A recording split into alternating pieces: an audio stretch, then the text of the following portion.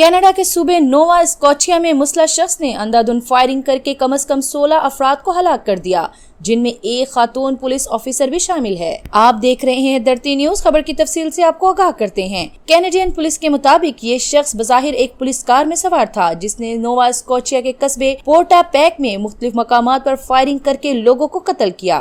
Police ने 12 घंटे तक इसका ताक़ुब किया और बिल आखिर इस हमला आवर को भी हलाक कर दिया गया। मुकामी पुलिस का कहना है कि अब तक 16 अफराद के मरने की मुसद्दिका इत्तला मिली है, लेकिन मजीद हलाकतों का भी खदशा है। नोवा स्कॉटिया पुलिस का कहना है कि मुसल्लह हमला आवर की शनाख्त 51 साला गैब्रियल वॉर्टमिन के नाम से हुई है। ताहम अब तक ये मालूम नहीं हो सका कि इस हमले के मुहर्रकात क्या थे।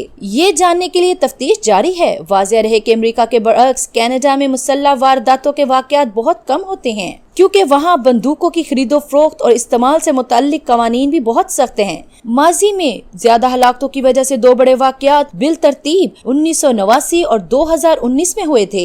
मजीद लेटेस्ट न्यूज को जानने और हालात से बाखबर रहने के लिए देखते रहिए धरती न्यूज और धरती न्यूज के चैनल को सब्सक्राइब करना ना भूलिएगा।